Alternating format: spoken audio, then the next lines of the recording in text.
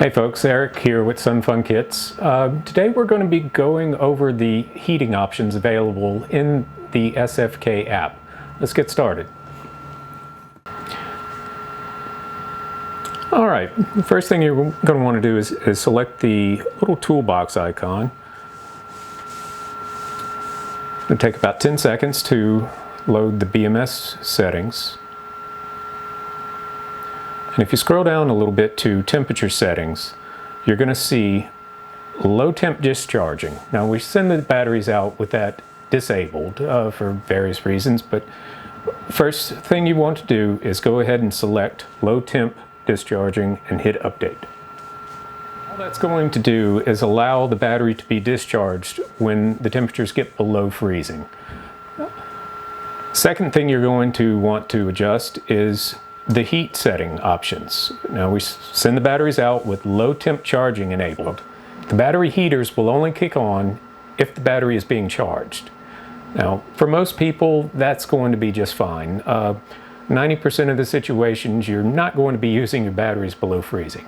However, if you need to use your batteries below freezing, you may need to consider switching it to standby heating mode.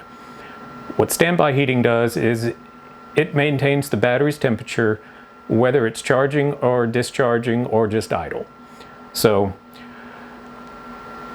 bear in mind when you use this setting, it is going to be using the battery's power to heat the batteries. So you need to watch your state of charge closely. In our testing we have seen as much as 10% of the battery's capacity be used in one day just for heating.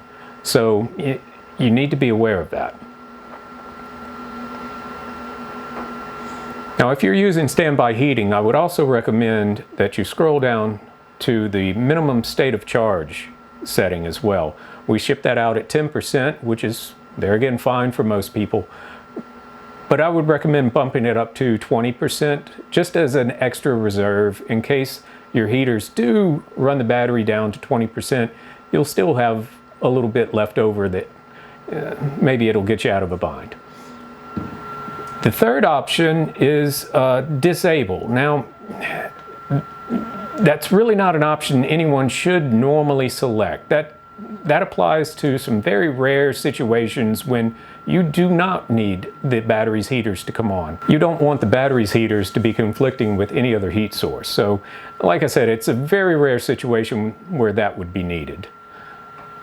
Alright, so that covers the basic heating mode options available through the app. There is another option. If you are using Victron equipment, you can set the Victron system to manage heating as well, but that's a topic for another video. We'll put a link down in the description.